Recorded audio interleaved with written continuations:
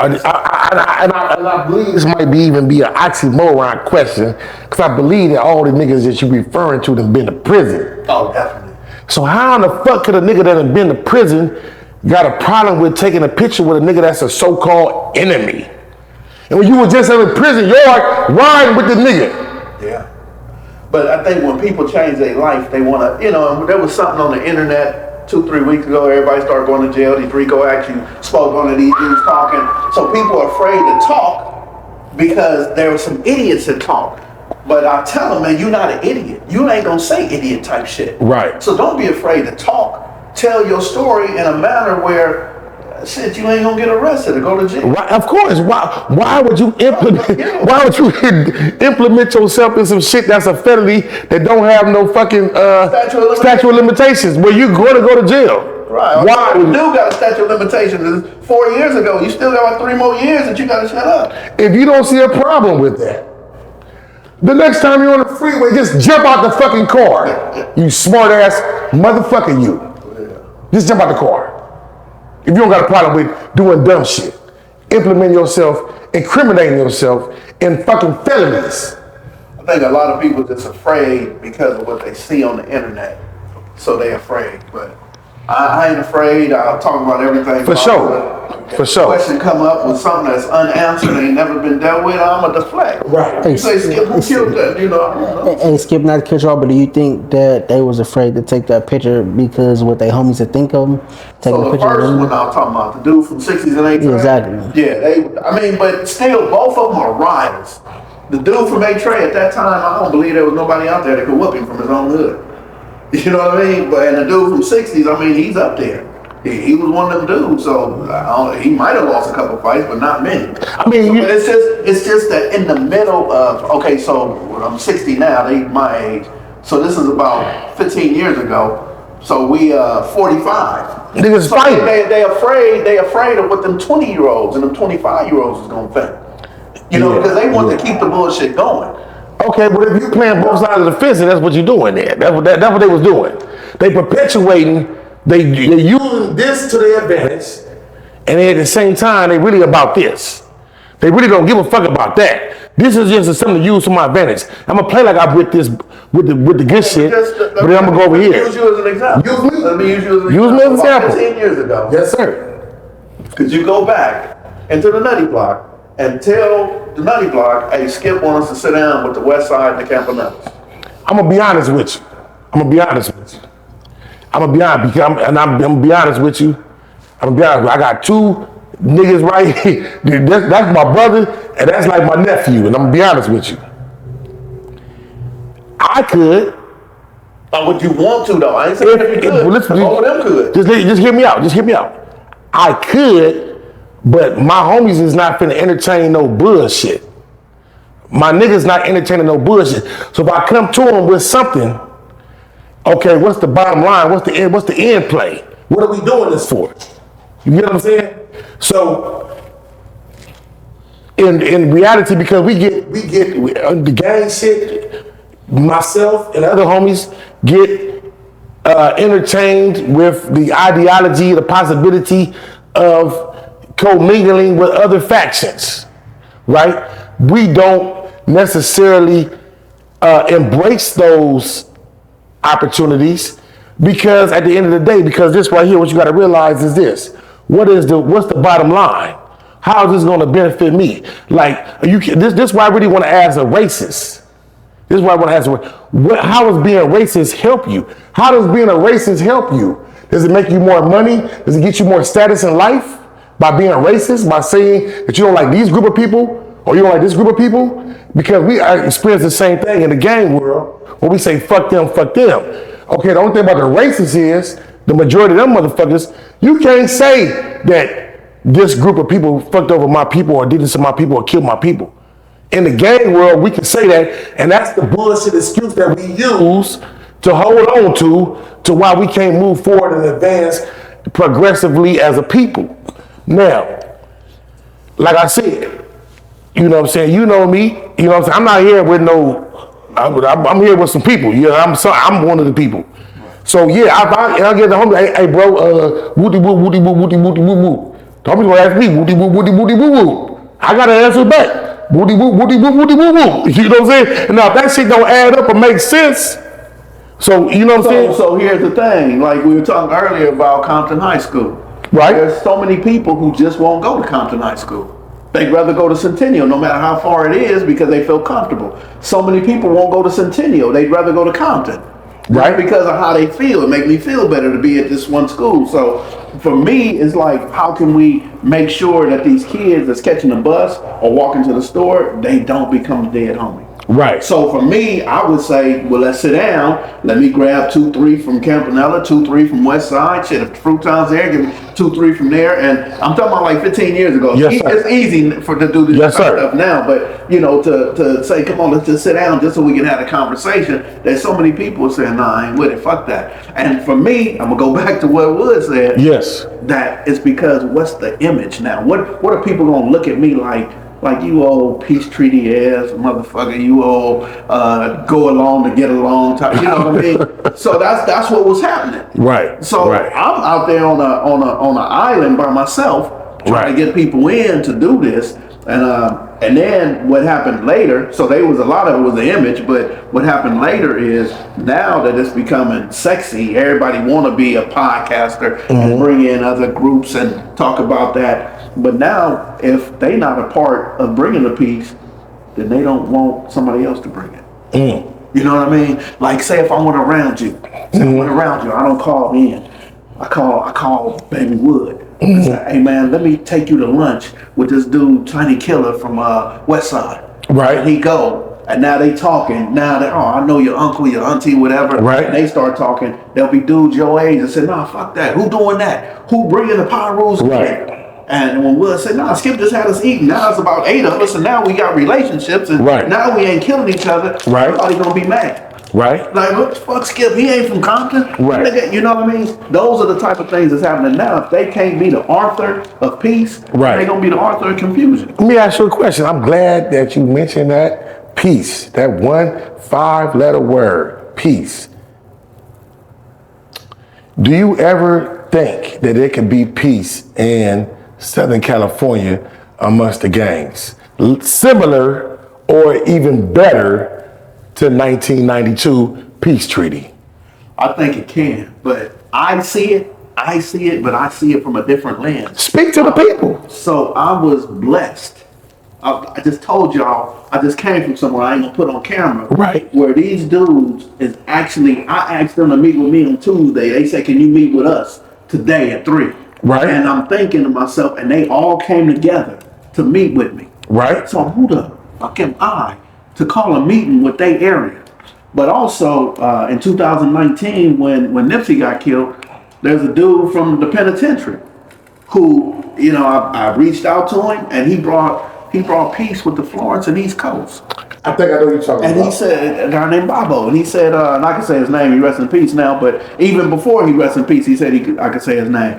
But, you know, he went through the different channels that he had to go through, and that's how I met your boy, Philip, you know, and other people. So now I got a long list of these dudes who call me and talk about peace. So I see it. I could line everything up. I got you, and you, and then this one, that one, and that one listening to me. But what's happening is, how do I bring them together? Yes. Because what happens is, there's always somebody in the background saying, nah, it ain't the right time. Nah, the homie said nah, and this and that. Right. You know. Please hold that thought for 1 second, because the spirit just hit me.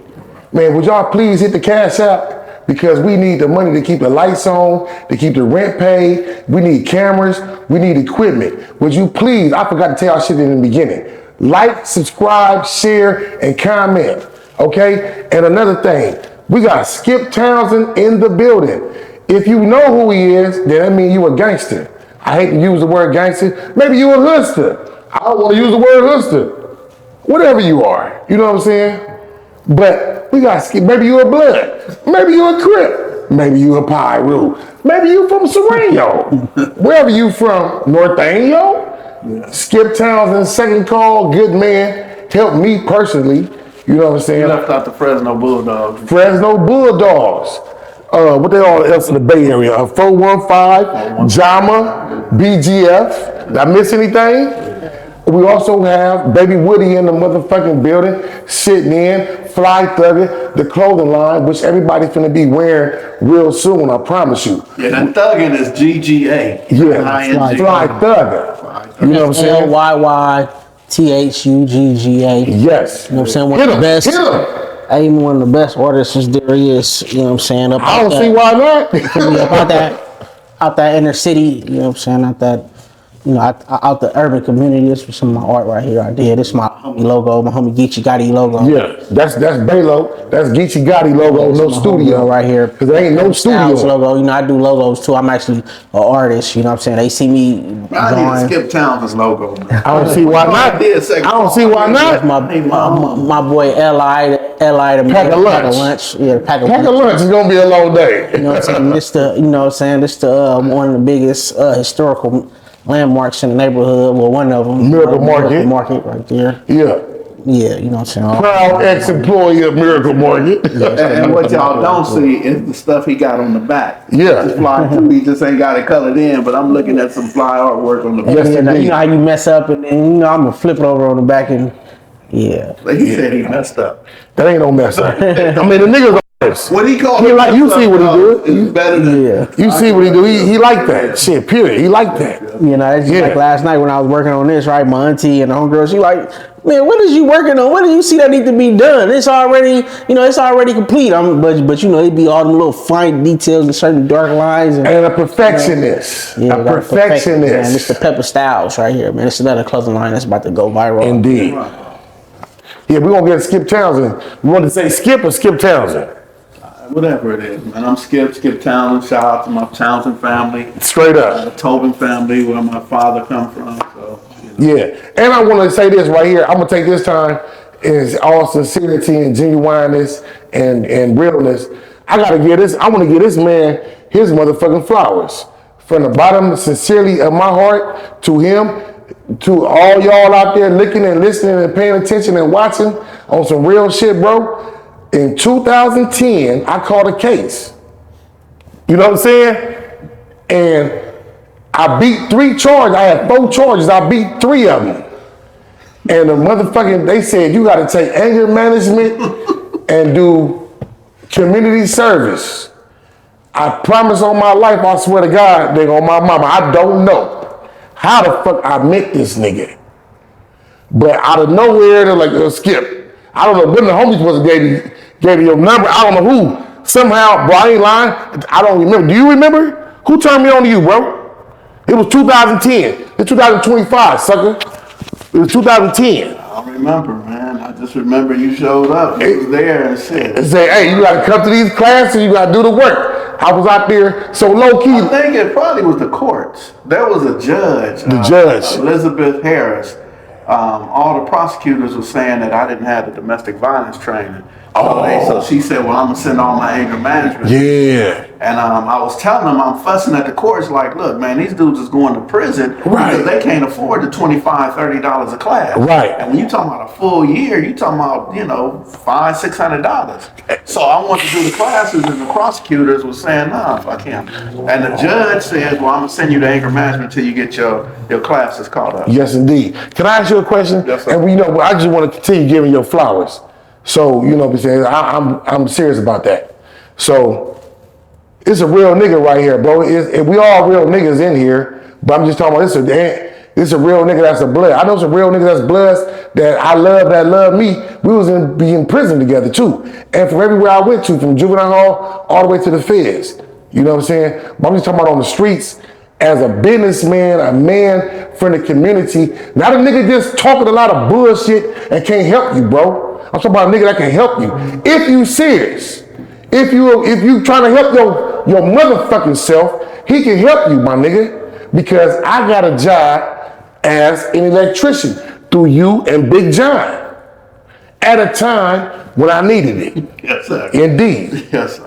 Speak on it. Man, I mean, shit, that's what Thank you, too. Thank you. Well, I just dropped the bud. Yeah, the big, whatever motherfucker is right there. Hey, no, but back to, the conversation when you were saying, bringing, you know what I'm saying, two rival, you know, neighborhoods together to take a picture. You know what I'm saying? I just recently did that on my documentary. You know what I'm saying? I was in the MCRP with somebody from the Cajun block. You know what I'm saying? And that's like one of our worst enemies. It's not even the West Side Power. I know, you know, on the outside y'all don't really know, but you know what I'm saying? I actually took a picture with him. You know what I'm saying? I was fucking with him in the MCRP. So I'm like, hey man, before I leave, I'm gonna take a picture with you. You know what I'm saying? Just to show, like, you know what I'm saying? I'm a real one. Like, you know what I'm saying? I don't care about where you from. You know what I'm saying? I just did 21 years. You know what I'm saying? For that same, you know what I'm saying? For that same beef. You know what I'm saying? But, you know what I'm saying? But, you know, it's behind me. You know what I'm saying? Because I already done matured. Now I done realized who I can visit as my enemy. You know what I'm saying? And I look at it as respect. You know, I don't care where a nigga from. It's about my respect. So you did 21 years. Let me tell you about 1984 before you even got here. Yeah. I'm going skating at World on Wheels. We're going to Reseda, and Compton moved as one. Yeah. When we go outside in the parking lot, it was Compton Crips. That's it. They did not separate, didn't say where they was from. It was Compton Crips. And for the 5-6 Bloods that was there, we would go to our car and get the fuck up out of there. Because it was no separation. It wasn't, you know, if I got a beef with somebody from Nutty Block, it don't even matter. When I go outside and it's about 200 cars in the parking lot, and ain't no difference between Nutty and Acacia and Southside. What year is this, my brother? What year is this? 84, 85. I went to the pen in 86. So by the time I came home, everybody didn't like everybody. But 84, 85, I was Compton. And it was issues for dudes who was blood, and I'm 125 pounds at the time. Right. So, I knew I couldn't take too many hits. And real blood. Yeah. Not a nigga faking with the blood and trying to do some shit. No, I think of real blood. Yeah. If he wasn't real blood, I wouldn't even fuck with him, my nigga. You know that. I wouldn't even fuck with him. He's a real one. I wouldn't even say it. If I had a chance to not be anything, blood or crip, I wouldn't have been. But I mean, it was just a situation back then. Yeah. I mean, you know, we all real individuals from where we from and real recognize real. So let me just say this. Yes, sir. Yes, sir. Going to school, man, I had to go to school. My mom moved in the 60s, so I had to go to school down Crenshaw, so I got to get down with the 60s. Then when I moved with my grandma, I'm going down Jefferson, now I got to get down with the Harlem Crips. Damn. So the 20s never put me on. Okay. I ain't never gotten a circle like, get down and you going to be Little Skip or something. Hell nah. I got put on by just existing. My whole life existence was, I don't want to be a victim of somebody asking me what size are your shoes. Right. They're your size, nigga. Let's get down. Right. You know what I mean? Right. That's what separated the Hollywood scenario where, you know, they talking about recruitment. That's why I do the work I do in the courts too, because what has happened before. There's a young dude from 30s got OHC on his arm, and they said that because he stole a Dr. Pepper and a bag of chips, that he did it to benefit the gang. That's not worth it. I had to go to bat for this young dude who had just turned 18, and they was trying to give him 4 years for a robbery. The dude stole it. Right. So that's not a robbery. That's different. Yeah. And then they gonna give him the gang enhancement. Yeah. And I'm like, and he by himself. Yeah, he by himself. And then they said that this is what they do to intimidate the gangs in that area. To plead out. So I gotta raise my hand and say, well, I'm part of the blood gang in that area. And we ain't never been afraid of an 18-year-old who stole a bag of chips. Right. And a damn soda. A bag of chips? That's what law enforcement will say about somebody to get that harsher sentence. Right. This dude need to get held down by his uncles and daddy and let his mama beat the dog shit out of him. That's what he need. Not to go to jail, to go to prison, to be anything different. He stole a bag of chips. He stole a bag of chips and a Dr. Pepper, man. And you know, I just want to say right now, rest in peace to Natasha Hardins that died on my birthday, March the 16th. I don't remember what year it was. 91. 91? Right before the fucking 92 rise. I remember that shit. And she didn't even steal nothing. She had the money in her pocket. And she got killed by a Chinese or Korean, South or North? Gotta be South. Man. Okay, a South Korean. North Koreans don't fuck with nobody. Yeah, a South Korean woman killed their little girl, shot her in the head. Yeah. That was fucked up. You know, got found guilty and didn't go to jail. She got probation. She got probation for taking this woman, this young girl's life. Mm-hmm. So and then that's fucked up. The lady who was the judge, her name was Karen. I can't remember her last name. She was a Karen. She said, well, I know a thug when I see one. And that's why she gave her probation. She's not. So then what do you see? What is a thug? What is a killer look like? That sounds like the Rodney King version. The 92 riots. That's what happened. This shit was right before that. Yeah. Then 92 niggas was like, man, fuck this shit. Yeah. And we was like, was you on the streets then? Hell yeah. Yeah, I was looting. I was in the PJs. I was looting. I was in the PJs, the JDs, and the JDs. Yeah, I was too. The NGs. I don't know if y'all remember, there used to be a Pep Boys. Where? On Crenshaw on 28th Street. There's a Taco Bell now. So I was the skinniest dude, able to go in there. We go in there, I'm looking for batteries. You know, all my friends is low riders. We looking for batteries and tires. And man, a Hispanic dude came in and set that shit on fire. Just killed my whole vibe. Like, man, what the fuck? We was on Manchester and Western. What was that? Western Surplus. Yeah. We tried to walk. We 4 deep. Here's a few of my homies. We try to get up in there. We pushing. H-Ray gangsters outside. Like, if you ain't from H-Ray gangsters, you ain't coming up in They here. had guns And they had the guns. They was getting all the They guns. ain't gonna let nobody get them guns, man. I remember that. Yeah, they wasn't gonna let nobody get that. They was serious. They was out there with burners in their hand. In front of their stove. It's our hood. I remember that. Yeah.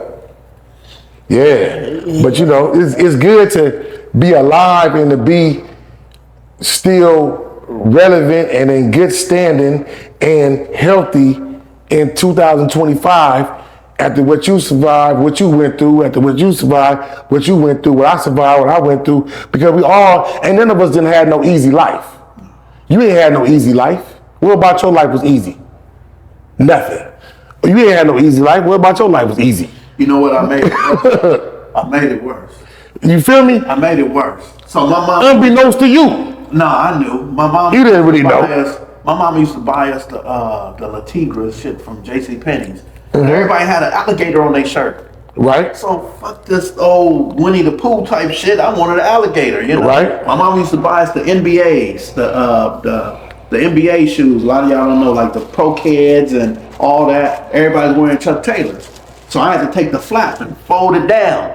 So motherfucker can't see what kind of shoe I got. They say, hey, what kind of shoes you got? Pow, hit you right in your eye. Don't you looking at my shoes for? You know, and then my mama buys Wrangler jeans. Me and my brother had to run. Everybody got 501s. Mama, what are you doing? So I thought that we was poor, but my mom was thinking, man, I got 3 boys. And 2 of them around the same age, so I'm gonna get y'all what I can. So she was doing the best with her money, and I chose the bullshit because I want the 501s. I want the Converse. Right. I want the Chuck Taylors. I want the Crocker socks. I don't want this shit she was buying. So right. My life really could have been easy. I chose the stupidity. I would say that when you say you chose the stupidity, you made the choice as an adolescent, not as a grown man, bro. So you cannot blame yourself for an adolescent decision that you made because you didn't have all of the understanding of a grown man. So I can't judge you as a grown man based on what you did as a child. Right. And that's unfair to anybody. Yeah, you're right. You feel me? Yeah. I did some dumb shit as a child. I did this. We basically did the same thing. Hey, I want to be from the gang. I want to rob. I want to steal XYZ. I want to do all this shit. I want to shoot XYZ. You know what I'm saying? Mm-hmm. I want to go to jail. I want to lift weights. I want to get tatted up. XYZ. Yeah. We all decided that was a good idea because that's what we thought as adolescents, not being grown men. What's the legal age of being fully mature? Is it 21 or 25? It's supposed to be the mind doesn't connect, the brain doesn't connect till after the age of 24. That's why insurance companies ain't giving the 19, 20-year-olds insurance prices like they give somebody over 25. That's the same reason how I got released based on the people versus her, you know, because our minds weren't developed. I was 17 when I caught my case. Exactly. So they looking at like, you know, your mind wasn't fully developed to even make these decisions. Try you as an adult. Yeah, right. Try you as an adult. Yeah, you would try a person as an adult that's not an adult. And even when they say after 24, somebody might be 32, 33, and their mind ain't fully developed. Before they fully develop. Yeah, you're right. Mm-hmm. I'm just glad you're home. Welcome home. Yeah, thank you. Indeed. Yeah, no, I mean, you know, like the homies say, you know, what they about, just speaking the real, same thing like what you, the same thing that you on as far as, bringing in the community. That's the same thing that I was speaking on, even during my documentary, even though it's about clothes and how I grew up, but also my outlook on life now after going through, that 21 years, being around my worst enemies, being around Bloods, being around, just everybody, Mexicans, we all in there together, and it's about respect, which changed my whole outlook just on all this shit, Like I say, I'm from where I'm from. I love my community, but sometimes I hate what we stand for, and that's where I'm, and that's what make me stand out as far as being a man, because I got my own mind, and I'm gonna see it for what it is. And then, like you say, we got this justice system against us. How you say what the dude from Harlem, they trying to get him, for robbery for his gang, and but when you done been through that, because I can't even say I had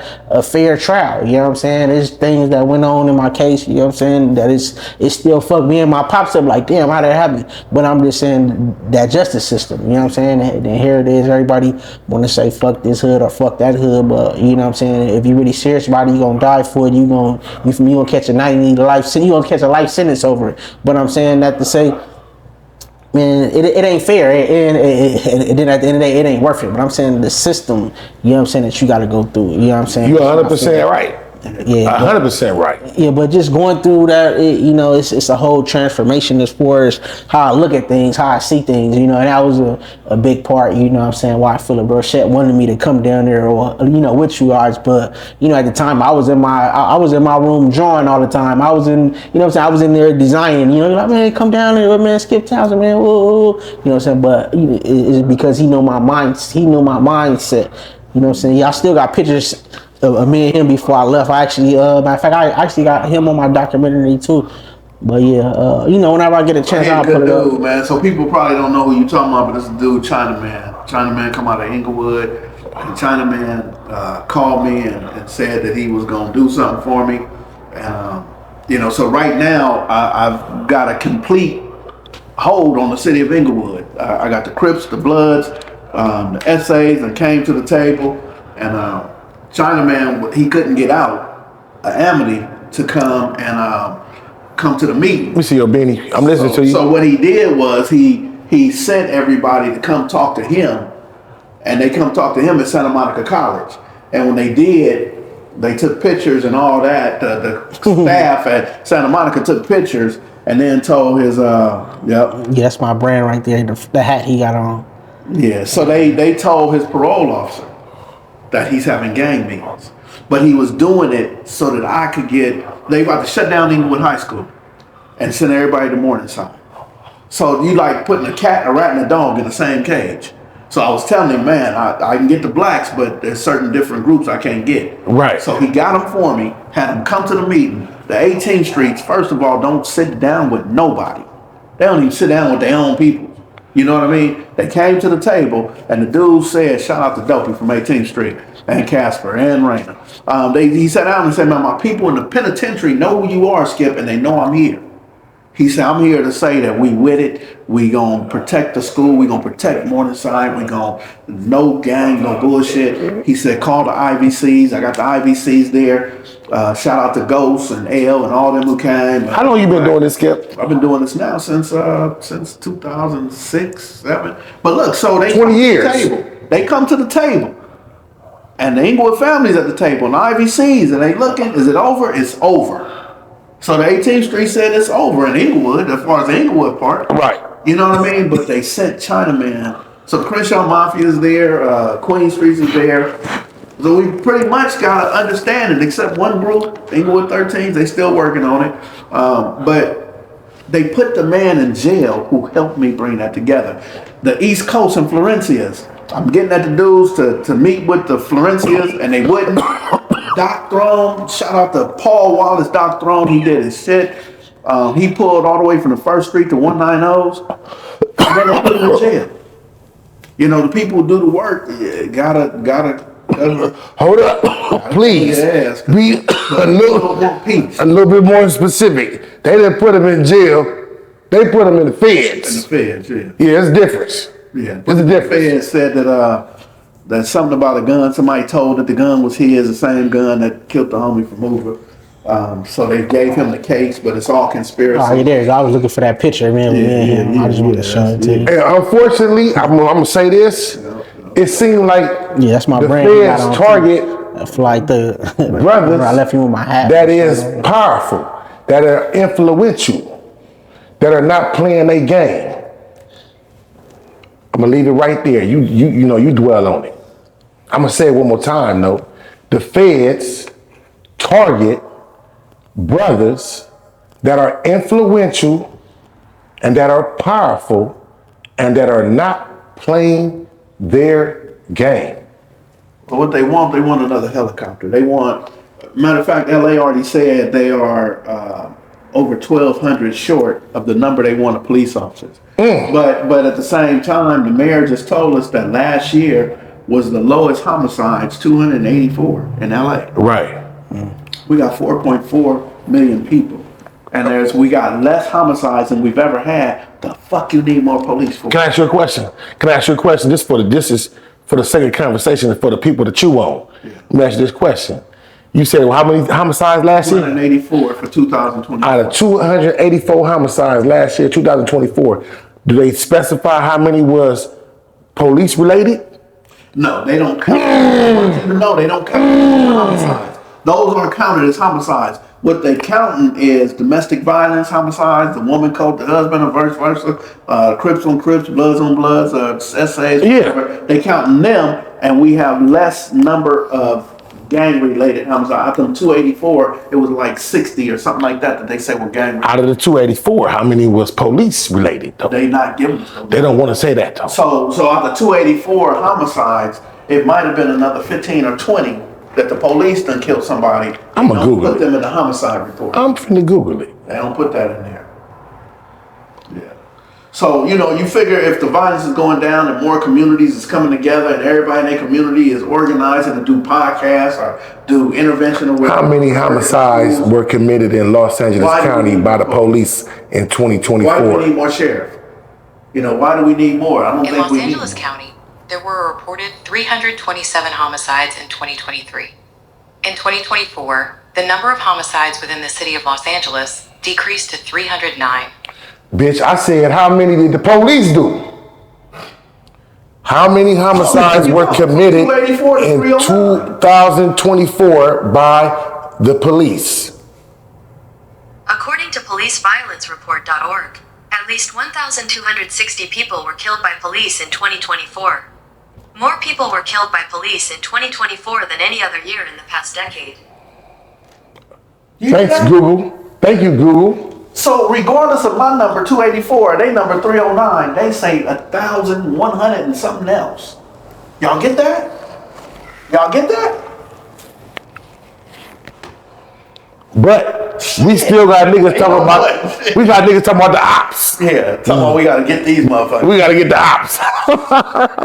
Y'all hear that? That's crazy. That's crazy. The highest number. They got the highest number. They done kill more people than kill people. And they talking about we need. And they don't. And then if I want to ask them how many was black, African American. It don't even matter. All of them probably. It don't even matter. Yeah, but you gotta figure if they do it to them. That's how I learned in the county jail. This stringy hair white boy with blonde hair, they beat the dog shit out of him back in the 80s. Yeah. I was looking like, damn, if y'all whoop his ass, You know what they do to you. I know what the fuck y'all would do to me. Yeah. So shit. Yeah, for real. You know what? You just made me think about something. Because a lot of niggas be getting on this internet and talking, they talk all this high power shit, right? But they don't talk about the part where, nigga, you didn't tell the police where you was from. Right. You a motherfucking lie. You know what I'm saying? You didn't tell the police this whoop, whoop, whoop, whoop. You didn't do none of that. Matter of fact, when You bent over and squatted and coughed. when the cars come down the street, the first thing somebody do is say, one time, and they get to running or hiding their guns. But when it's somebody else coming down the street, who is that? I don't know. Everybody goes. But when you know your op is coming down the street because he got the lights on the car or they turn the lights off and you can still see who it is, motherfuckers throw their gun or they run. But when somebody who live in a different community come down the street, everybody on the block gonna draw down on them. make sure they don't leave. But the motherfucker in that black and white come down the street. I'm sure. I ain't sure. What sense does that make? I'm just saying, bro. What sense does that make? You really just internalize this shit, my nigga. You so-called riders. You so-called niggas with the business. But I don't advocate no violence, though. I ain't advocate no violence on no At all. We don't advocate violence, but we do advocate for making it make sense. Nigga, if you ain't making sense, you ain't making sense, nigga. And you need to reevaluate your motherfucking program and your perspective and get that shit into the right perspective. You know what I'm saying? Whatever it may be, because everything ain't for everybody, but you need to get your shit together. Like, we all got room to grow. As long as you alive, you got room to learn, to listen, to pay attention, and to elevate until you die.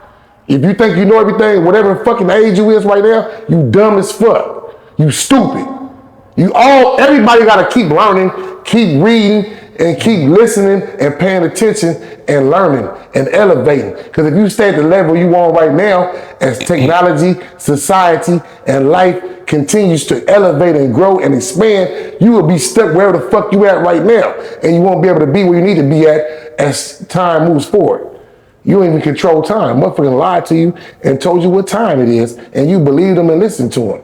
But I ain't finna hit you with that right now. Hey, you know what like fucked me up? Like, it's probably like, I don't know, probably like a week ago or something. You know, I'm with you know, one of my boys. You know what I'm saying? Right. I used to look up to. Well, I ain't gonna say look up to, but he's like big bro. But it was like, I mean, you know how you say you go through that system and you get educated, and then to get out here and see people's minds, it still be on, you know what I'm saying? It is, but I'm just saying that to say, I'm not down talking him or whatever, but I'm just saying that this show, it show my elevation.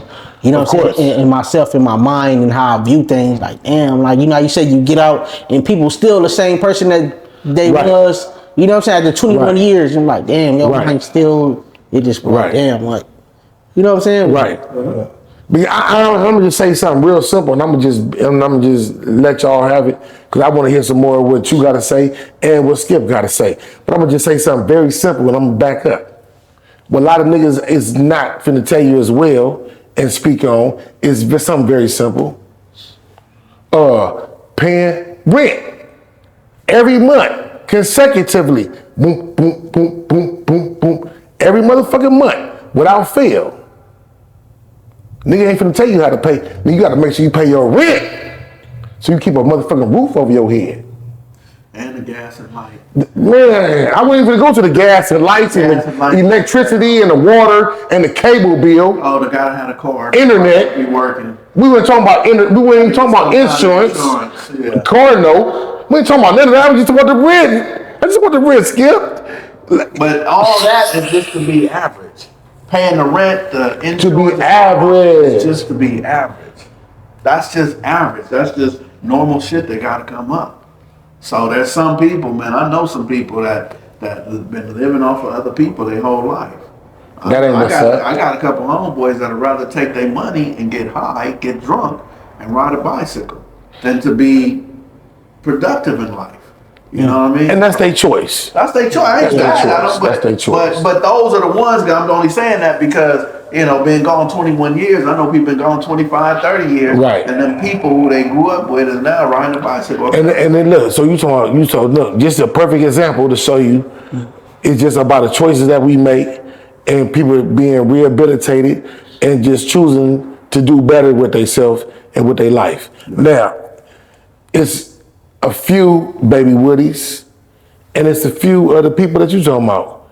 Few people like baby Woody who have, you know, been in jail, went in jail young, and then get ate up by the system. You know, that shit'll eat you up if you ain't strong mentally, you know what I'm saying, to deal with that shit. You know, and it's also a few people who settle for less, just to keep it simple. They settle for less. If a nigga wanna ride a bicycle, who the fuck am I to tell you need a car?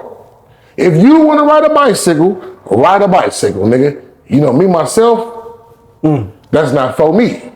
But if you want to ride a bike, and I know what, guess what else? Since you like to ride bicycles, I don't need to worry about me and you going nowhere together. Hey, no, but you know, you know a word that, like, one of the biggest words I don't that done stuck with me, being in prison. To each is his own. To each his own. You know what I'm saying? And that's how you really separate yourself in your mind state and how other people think. You know what I'm saying? Like I say with the homie, you know what I'm saying? You feel me? Like I say, I love all the homies, you know what I'm saying? But it just, like you say, to each is your own. Me, I didn't, I got a second chance at life. Right. I'm gonna make the best out of this. You know what I'm saying? I was in that cell when I Thank had you for nobody. correcting yourself, because trying ain't a word in our vocabulary. Yeah, because I was in that cell when I ain't had nobody looking out for me, and in jail for the hood. You know what I'm saying? Yeah, I know. And at the same time, what I did, you know what I'm saying? Like I say, it is what it is. You know what I'm saying? You can't take that back. But now moving forward, it's like I got a second chance at life. I want to be a millionaire. I want to look out for my family. Anything else is uncivilized. I want to make the best out of my talent. You know what I'm saying? Out of my gift. That's what you got it for. So this is exactly it. And this is what God gave us all talents. Exactly. God gave us all gifts to make the best. We all got a light to shine. Yeah, so he's shining his, you shining yours, I'm shining mine. Yeah, so with this, he's shining his. Chance, you know what I'm saying? This is what I'm doing, you know what I'm saying, with my life. You know what I'm saying? I'm still from where I'm from. Can't nobody take that away from me. I ain't got no smut on my name, no bullshit on my name. But now this is what I'm doing. This is the elevation. This is the growth of Babywood. This is the adult man of Babywood. This is you know what I'm saying, on my grown man shit to pit on for my neighborhood. I'm not even saying my neighborhood, my community in a whole different light as far as the gift and the growth. Right. You know what I'm saying, as a grown man. Because people from my community can relate to us better than just being real. I can't really relate to somebody that ain't from my community. Yeah. Whether we may look like each other or not. Your growing up with your experience, like I tell motherfuckers when I was out of town, back in the days it was RTD. RTD going through everybody's hood. Rough, tough, and dangerous. Rough, tough, and dangerous. So like for a nigga out of town, you from a hood out of town, bro, you can talk about you from 60s, from Tennessee and Main Street, from Kentucky, and okay, that's great. For sure, respect that, no doubt. But at the same time, I did some sped time out of town.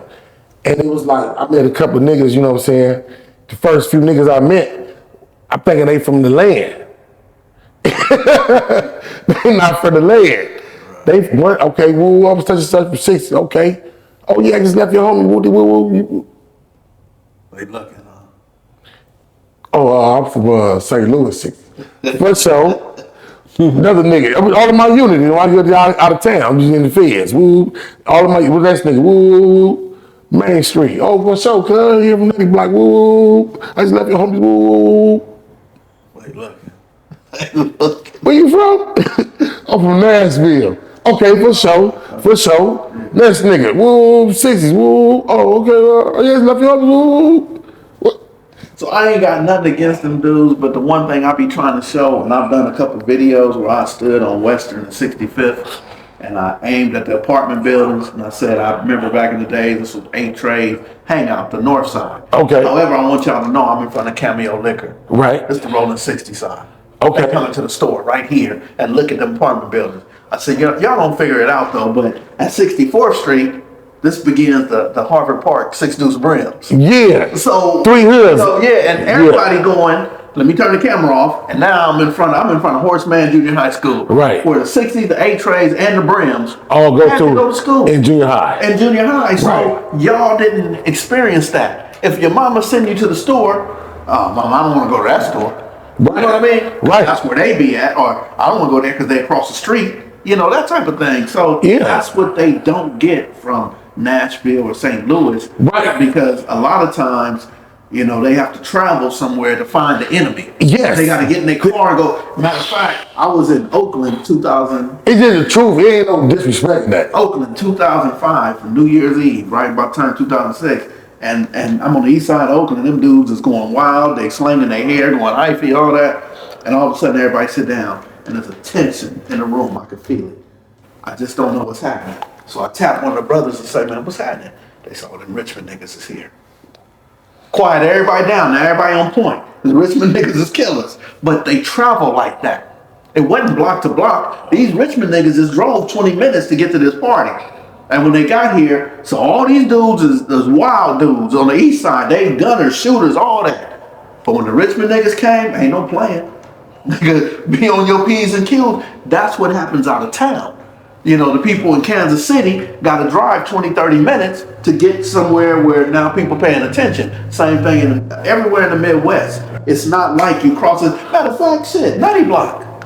When I cross the street, I'm gonna go get gas. I'm at Triangle Park. If you go to the, what's that, the Chevron? Yeah, if I go to Chevron, I'm at Triangle Chevron, Park. you So can try I'm gonna go to That's A&P. a mobile. I'm gonna go to the Orco station. So I Orco, can that's look, right? Yeah, but then I didn't even know. Remember I called you about the thing that happened? yeah. I figured across the street was Lantana. I didn't know I had to go to Aprilla to be in Lantana. You got to cross a Aprilla to be in Lantana. Yeah, so I'm not knowing, you know what I mean? Yeah, So on both sides of Central. yeah, Even though but now let me it go ain't, around the corner. it been like that. Let me go around the corner. But right now you got some other shit going on. It is what it is. Around the corner from the airport, oh, that's something totally different. Around the corner from the airport. Around the corner from the airport. On 56. Yeah. You got the 155s over there. You got And the the 151s, right? 151s. Yeah. The Murr Streets. Yeah, so it's like they don't experience that. Yeah. They don't experience that. Then don't let me cross Wilmington and go in the apartments, the Wilmington Arms, you know. Yeah. So back in 2005 when I came home, Game had a shoe with no, it was before I went to jail. No, it was when I came home. Game had the shoe. The game shoe, the Hurricane game. I thought I remember something like that. I was in jail, but I remember something like that. So I worked for 310, and they wrapped the Escalade and put Game on there holding the shoe up. Mm-hmm. Now I'm fresh out of jail. I'm moving in with my niece who live in the Sunny Coves. I ain't figured no shit out like this. Come out one morning, all my windows is broke, scratched up for a game. And I'm like, damn, I tripped. I'm a fucking gang expert, man. I done gangbanged my whole life. I should have did some research. I should have figured out that this motherfucker from down the street, I can't do that. See, that's the thing that people out of town don't get, is that it's merely a few blocks. A motherfucker can walk from one hood to the next. Yeah. And get down and then go home. Like us, we surrounded. Yeah. We surrounded. If you go across Wilmington, you across Wilmington, you know the farms. If you go, we go with the Park Villages. We go across Elijah on Wilmington. You know, it's Park Village Arms right here. If you go back Central and Alondra, across Alondra, Track New. If you go down past Aprilla, Lantana, so we pretty much like really surrounded. But we been and we is solid. You know what I'm saying? Period. And you know that's the reality. You know, not putting no extras on it. No, but that's what they miss in the Midwest. Yeah. They've never had to stand on a corner and look in all directions. Yeah. You know, they pretty much cool in their area. Yeah. So that's the difference in LA, Compton, Inglewood, Yeah. Watts, Long Beach, you know, I mean, certain streets. Our landscape is a gangbang landscape. Right. You know, it is you know, in the pure essence of the supreme ignorance of gangbanging at the utmost elite level, it only can be perpetuated in Los Angeles County, in the Los Angeles cities.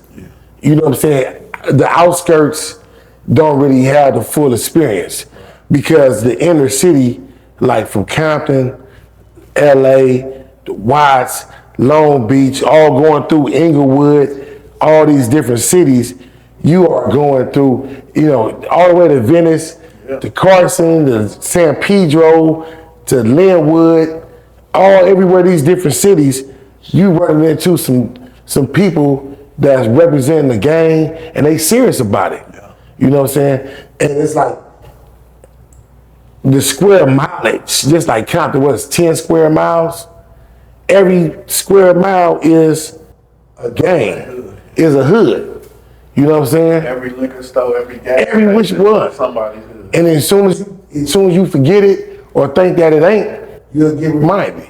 Yeah. If you don't see it up the top. Because it's 2025, it ain't 2000 or 1992, 91, you know what I'm saying? 95, 96, it ain't nothing like that. You know, when shit was just like, bro.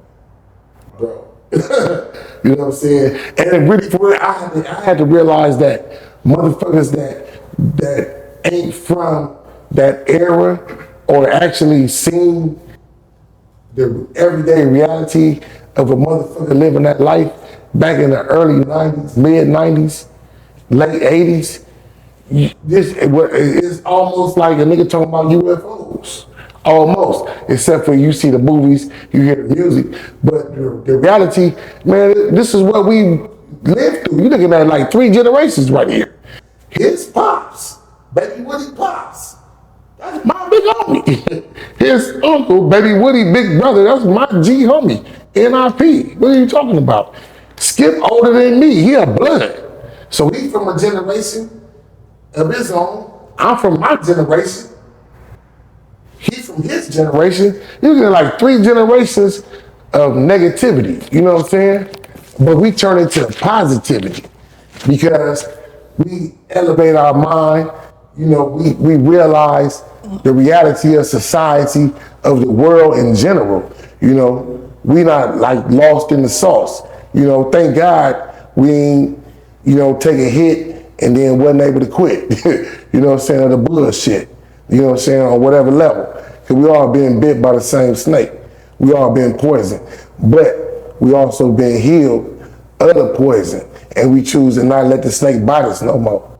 We choose to push forward with a purpose and with a pure heart, you know, to, you know, help each other, each one teach one. Yeah, I want to say something that I learned from the homie Tiny Minutes from A-Trade. Taught me that he said, I'm glad I changed up before they called up. And I'm like, man, that is deep, because just know that shit, they looking forward to putting us back in the penitentiary. They looking forward to, you know, and if they probably don't want me no more because I'm too old, but right. They damn sure want my kids. They damn sure want your age group, you know. Yeah. And then they, you know, like people saying, hey, well, your son, my 17, he was 16 at the time, say the 16-year-old man, they you know, he's gonna be a future leader. And I'm like, nah, it's not future, because right now, all the music, all the clothes, everything is geared to those 16-year-olds right now. So they the leaders right now. They the ones purchasing everything. They the ones who got, you know, the voice of the community, the 16, 17-year-olds. So they leaders right now as far as society is building prisons, jails, more judges. All the laws are for them. Right. You know, all the laws are geared towards them, and it takes special people to make sure those laws change to get the youngsters out. But then you get somebody like Donald Duck in the White House. Then you get somebody like Hawkman. Hawkman comes and becomes the LA district attorney, who says we need more. You know, they need more people to go to prison. So yeah, they gonna let a couple of them out, but they really want to gather up our children, and they looking forward to all of us being on the negativity. Yeah. Not uplifting, because man, there's some dude in a El Salvadorian jail right now. Ooh. And he is not MS-13. He say he or 18th Street or Florencia. He don't know why they done picked him up and put him in there. And He's not an immigrant either. And man, they are really, man, they got him in there. And he said, I don't know what I did other than he pissed somebody off. And they don't want to let him out. So don't think that that's only got. Let me tell you this real quick. Speak on it. I went to prison in 1986. So 86, 87, I'm locked up. I'm in Nevada. I'm in Indian Springs. When I was released because I had warrants. I'm supposed to probation violation, all that. I'm supposed to go do a year or something. What was it? It was, they used to have a 16, 2, and 3. So I got 16 months I'm supposed to go do in California. So when I come home, Chino said, we don't know who that is. We don't have the paperwork. Send me to West Valley. Get out of West Valley. They said, okay, you parole. You parole from Vegas. And that's it. So I'm thinking, okay, I'm cool. And they come and arrest me and say I did a burglary in 1987. And I'm like, I don't know how I could have did burglary in 87 when I was in Indian Springs, Nevada in 87. They put me in parole hold, had me in jail. I'm fighting it from jail, and the burglary happened in May of 1987. I don't understand. How the fuck I'm not Hogan's hero. I'm not digging a hole up underneath the prison to go out, have a ball, and then come sneak back in and count time. You know what I mean? I don't know what they were saying, but the judge eventually dropped it because of the fact that I had the warrant and was supposed to go do my prison time in California. So he said you guys had the ample opportunity to arrest him then and charge him with it as opposed to letting him go. So that's the only reason why he dropped it. He didn't drop it because it's impossible for me to leave Nevada State Prison, go home for a night, commit a burglary, then get my ass back to the penitentiary before cop time. Now, if that ain't the stupidest shit, but these are the type of things that are happening to people, and everybody's saying, "Oh, you must have done something. You just admit what you did and let's get it over with and all that." Hell no. I hate that how people believe in the system and not investing in people, but they invest in the system. They want more prisons. They want more police officers because of the fear they have of people. Afraid to talk to people. Afraid of the youngsters. Right. I believe that. And I know that to be true as well, because it's all based on fear and it's based on hate. It's based on biasness. And that's what's perpetuated through the criminal justice system. And I want to, I don't know if you know, but I recently, last year, as a matter of fact, I was able to achieve my degree in criminal justice. I continued my education from junior college to Southern New Hampshire University, and I graduated. I flew out there last year, 2024, on my own bread, by my motherfucking self, and I walked across, stage, got called out, wooed, went walked, got my degree, and so I say this, and even when white people listen to me, what's up, bro? Even white people listen to me, listen to us, and hear this. I don't have no shame in saying this, and I understand this to be a fact. When white people talk to us as whoever they're talking to as a people, they lie. When they talk amongst each other only, when they share information amongst themselves, that's when you get the truth. And I feel like, I encourage everybody, if you just read a book in a fucking university class as opposed to a junior college class, it's a complete difference. It's like elementary to college. It's like, what the fuck? And this is what is being taught to the mainstream America. As you remember that as a so-called black people, we ain't but 13% of the population of America, the corporation. So if you also remember, we over 50% of the population that's incarcerated in the corporation of America, state and federally. But the whole system is designed to keep us at the bottom of the totem pole, economically, psychologically, mentally, physically, sexually, and just overall. We meant to be like downtrodden and not have no hope. But that's why we right here telling you, no matter what you're going through, we got some answers for your motherfucking ass. Spiritually too. Spiritually, That's thank why you. as a baby they told me Jesus was white. Yeah, Jesus wasn't white. I mean, the spirit, you gotta hold me down however you can. Yeah. Get to my mind so I don't believe in myself. Hey, oh my God. You know what? Look, check this out, bro. So look, I ain't on even front.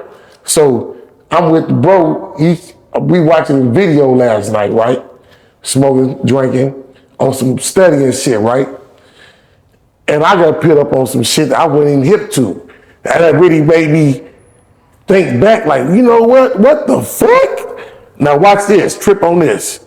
Both of y'all. Because you've seen pictures, videos, books, as well as you. Pictures, videos, books. In America of castles in times of old. If they were able to make castles, then why weren't everything made out of concrete? And when was concrete allegedly made and being utilized to construct streets and houses and buildings? It don't add up. It don't match up. It don't line up. the story they tell you and the reality of that is not the same. You know what I'm saying? Think about it. Think about a castle. Think about reading a book when you was in elementary school. About a castle. Think about, they talking about a fort and the concrete that they used and how it was built. These forts, not only the castles surrounded by water. They had the moat. And let you come across and they pull it up. So you telling me that with a horse and buggy, you was able to dig a hole in the water, stop the water from coming, and plant some concrete? It's like they let you know a few of them still exist, but the rest of them got blew up. They blew shit up all across this world. They blew the nose off the pharaoh. They blew the lips off the motherfucking king. They destroyed, they tried to, different parts of other monuments that totally depict us and not them. You know what I'm saying? And then you have these grand castles. I'm talking about some shit. When you look at it, if you look at it, and they talking about it's supposed to be from 1600, and this is 2025 right now. If you made a castle in 1600, y'all supposed to went to space in 1950 or 60 something. Y'all ain't been back since. And why ain't everybody living in a motherfucking castle? Why not blow up the castles?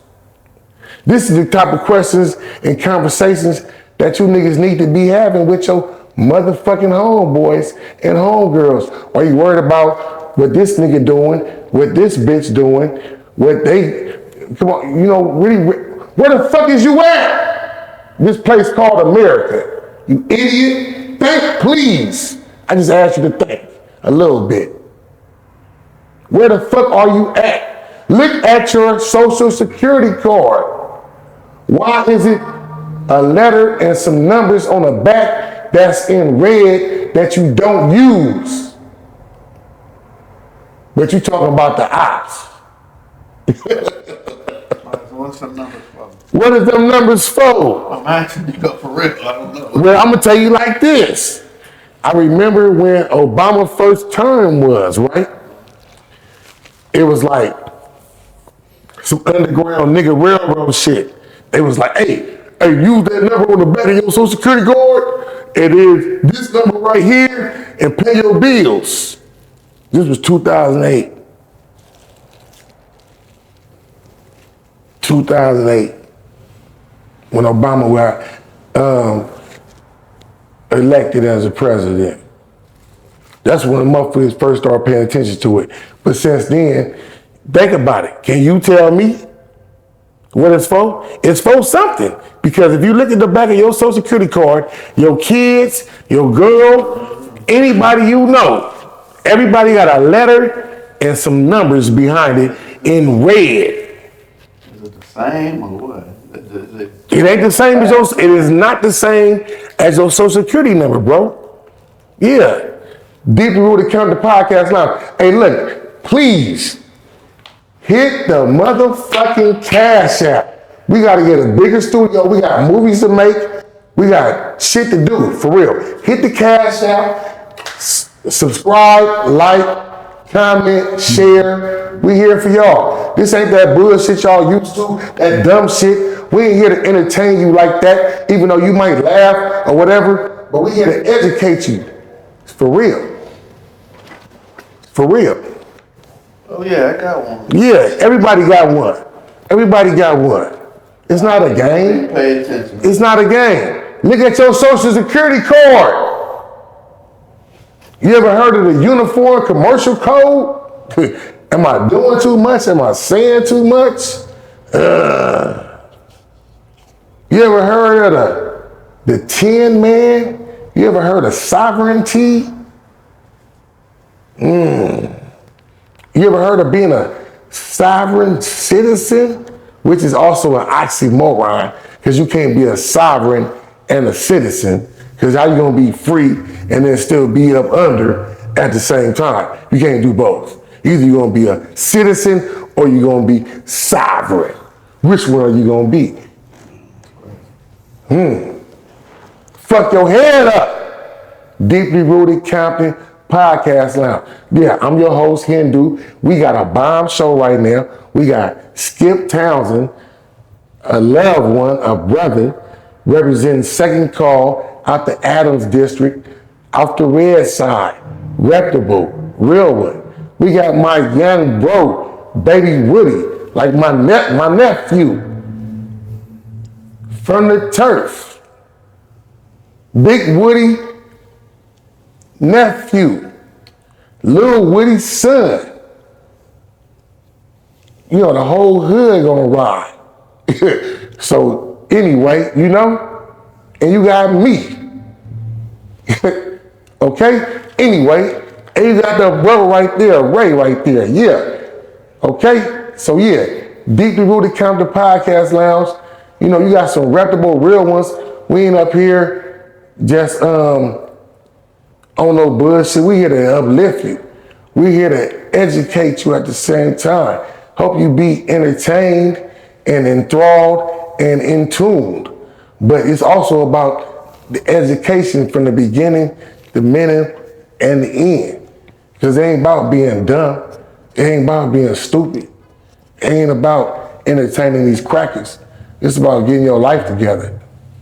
Man, I truly appreciate you inviting me, man, having this opportunity, especially to meet Baby Wood and what he got going on, positive shit. So I appreciate you, calling me up for this, man. Indeed. Being deeply rooted, man. Appreciate it. Yes, sir. Yes, sir. Yes, sir. Yes, sir. And look, if you need a job, real quick, where they can meet you at, where they can greet you at. Every Wednesday at 4 o'clock, we got people that's come in talking about they need a job. They just want to go to work. But we meet at 7625 South Central Avenue. That's in Los Angeles. It's a building called Chuco's. What happens is I tell people we meet at 4 o'clock, and that's why I don't give out my number, because people start calling me at 4:15, 4:20, talking about how I get negated.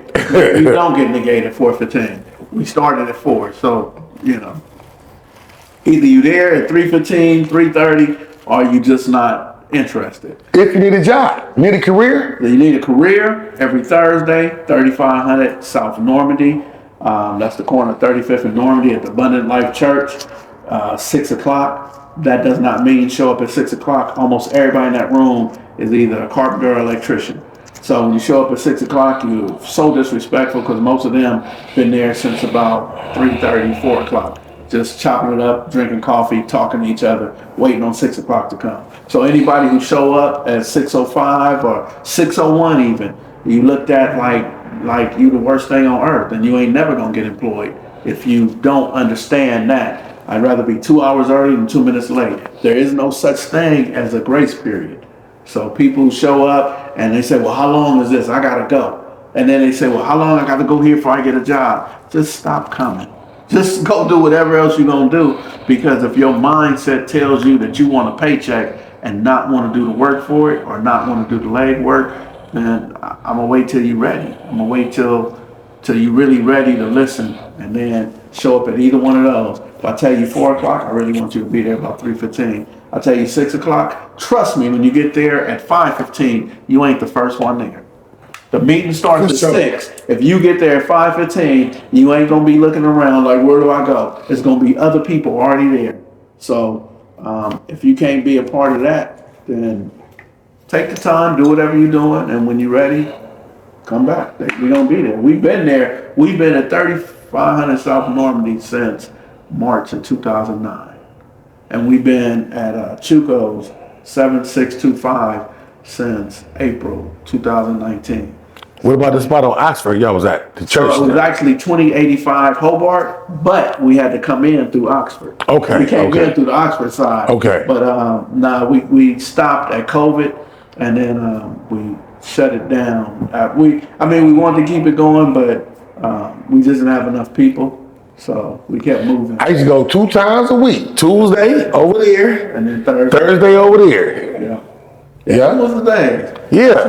That's when Second Call had absolutely no money.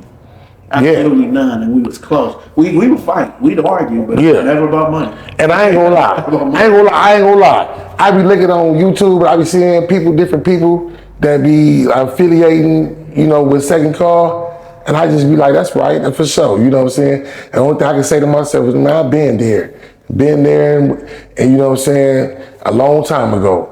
You know what I'm saying? And still right here today. You feel me? I appreciate it. For real though, you know? That's all I can say. Where did the name Second Call come from? Like the history That's behind a it. good question, man. So, Speak on it. When I was incarcerated, I was in Nevada, and the Muslim imam, I was so disrespectful, man. I apologize to all my Muslim brothers. They used to greet me with the blessings, assalamu alaikum, and I tell them I drive a Lincoln too. You know, my apologies, brothers know I've got mad love for them. Oh, man. But the Muslim imam was telling them, the word they was gonna try to stab me because I was a comedian. You was in prison. Yeah, I was in prison, just having fun, man. But the Muslim imam had told me, he said, man, you got a beautiful family. I got 2 girls and my mother. And he said, would you die for them? And I said, yeah, I'd die for them. I poked my chest out and said, I'd die for mine. And he said, okay, but look, here's the problem. These are the very people that need you to be alive. He said, you want to die for the people who need you the most to be alive. He said, so let me ask you this, would you live for them? I was like, man, that's stupid. I was in my retardation stage, right? I couldn't grasp the concept. I was like, man, that's stupid, man. I'm living for them right now. And he said, man, you've been living your life without love. Listen. You've been living your life without love, because if you truly love them, you would love yourself. And it made me realize I was suicidal. Listen! I was outside every day willing to die for my community, my family, my name, my hood, all that. Pay attention. And that ain't what my mother and my kids needed from me. Pay attention. So I didn't even know I was suicidal because I never shoot myself or cut my wrist or nothing like that. But I signed up every day to be 120 pounds, wear all red, and stand on the corner, knowing they coming. At some point today, if it ain't the police, it's them other dudes gonna come get me. So that's when I really had the thought, like I've been living my life without love. And then in 2006, me and my homeboy Kenny Smith, Big Monster, we joined in with the Unity One and the Mayor I Can dudes. And that's when it came to me like second call, second chance at Love and Life. So that's where the second call came from. And, it had man, what's his name, brother? Who, Bo Taylor? No, the brother who was a Muslim imam, Abdul Aziz, man. I can't remember his first name. But his last name was Abdul Aziz, man. He made a major impact in my life that he never got to see the change. He stopped them dudes from getting me. He was the imam on the yard, but he never got to see the change in me because I paroled, he paroled. But yeah, I give a shout out to the brother. I'll think of his name soon. But his last name was Abdul Aziz, and he was in Nevada State, Indian Springs with me, 86, 87. All I can do is tell you thank you for one thing, because you helped me get through a time. Not just you by yourself, but by you being. And see, what people don't realize is it's like when you're a part of the bullshit, right? You understand the bullshit, and the bullshit respect you if you're being a part of the fuck shit of the bullshit, right? And if you choose to not be a part of the bullshit, but still be around the bullshit and try to get the bullshit straight a little bit, the bullshit respect you for that. And with this brother right here, I can say he come from the same mud, the same soil, the same dirt, the same turf, the same bricks, same concrete, same streets, same blocks, however you want to frame it, however you want to call it. And that's why, it was a time in my life, like I say, I had to complete anger management and community service. And that's how I got in contact with this brother, and And this brother helped me with Second Call with Big John. Shout out to Big John. Much love, for sure. Big John bought my tools. Said, just pay me back when you get your first check. Real nigga, my nigga, from some real shit. Do you need a job? Do you need a career? You know, and I'm gonna be honest with you. He don't need a job or a career. He don't need a job or a career. I don't need a job or a career. He doing what he do. I'm doing what I do. He doing what he do. He doing what he do. Are your bills paid? Are you living comfortably? Are you elevating? Are you growing? Are you expanding? If not, continue to follow, subscribe, like, and share, and hit that cash app for sure. Deeply Rooted Compton Podcast Lounge. You know what I'm saying? Big Skip Townsend, Second Call. So what? I don't do that. I don't even feel comfortable. Hey, look, we got my bro, Baby Woody. You know, Fly Thugger. You know, it's the new, clothing designer to take the whole urban landscape. Yeah, the whole hip hop culture. The whole hip hop culture. Yeah, I'm coming to take the whole. I'm here to take the whole. You see his clothes. Hip hop culture. What he got on? What's it? That's your shit. Bring back the hip hop, urban style. You know what I'm saying? Yes. Right now we wearing. I mean, you know what I'm saying, not to take nothing away from the hip hop. I mean, from the skateboard style and yeah. You know what I'm saying, we wearing everybody else style. I want to bring our culture, our style, our way of dressing, to the clothing industry, because yes, that's what I feel that we missing, yes, sir. Because we look at things that, homies wearing, and even people from our urban community is wearing, it's like, damn, what happened to, to like the platinum FUBU era, to the academics, to where you had black clothing designers, and you don't see that no more, so I'm here to Iceberg. Something different. Yeah, all the black clothing designers. So I was in a relationship with a girl had on Prada. She was wearing Prada one day. I got the shirts, these just work shirts, but it say Second Call on it. Right. Let me get you a Second Call shirt that matches. She said, I ain't wearing that. And I was like, you bitch. Like, you depend on me, though, to eat sometimes and to feed you and your kids, but you would rather wear somebody who don't even know you than to promote what I'm doing. And it's just because of style. Because the style, you know what I mean? So, shout out Baby Wood, man. Yeah, the name. So, fuck Prada, Gucci, and all them. Yeah, when they ain't no different from us. They are different because they ain't lived the lifestyle. Yeah, like they was going after Nike because everybody's getting killed for them Nike shoes, them Jordans, right? Right. But I mean, so everybody who get killed got on something. They got on Nike. They might have a Nike jacket, Nike shoes, or whatever. So what you promoting, Nike, is coming back to our community. And now we dealing with the deaths, the shootings, and all that, the robberies. Let's support each other. Let's yes. This what I learned. I know y'all closing up, but this what I learned. Man, speak. From I went to Atlanta about 10, 15 years ago, and they had a group that they had cash mobs, where they say it's about 100 of them, and they say we only got $20 a piece, but it's 100 people gonna go in a store and spend their money with this black business. And they say next week we're going to that business, $20. And then they say, okay, around this time, Christmas or around the time of income tax return and the money coming back, we're going to spend $50 in somebody's store. But if we went to everybody's business and spent our money with everybody, and then you come with us the next time, we use you now, but now we go to his smoke shop or whatever, or we go to your liquor store, whatever it is, and spend with each other, there's no way we could be broke. No way if we support each other. And you might not get your material as cheap as some of these people got the swap meets get it. You might have to pay $5 more or something. I gotta pay you $5 more because I don't want a deal. I want to make sure that you make it. That's what we got to start doing. Saying, well, I can get it over here cheaper. I don't give a damn you can get it cheaper, but it don't feed your community. And it don't feed your families. It don't feed people who look like you.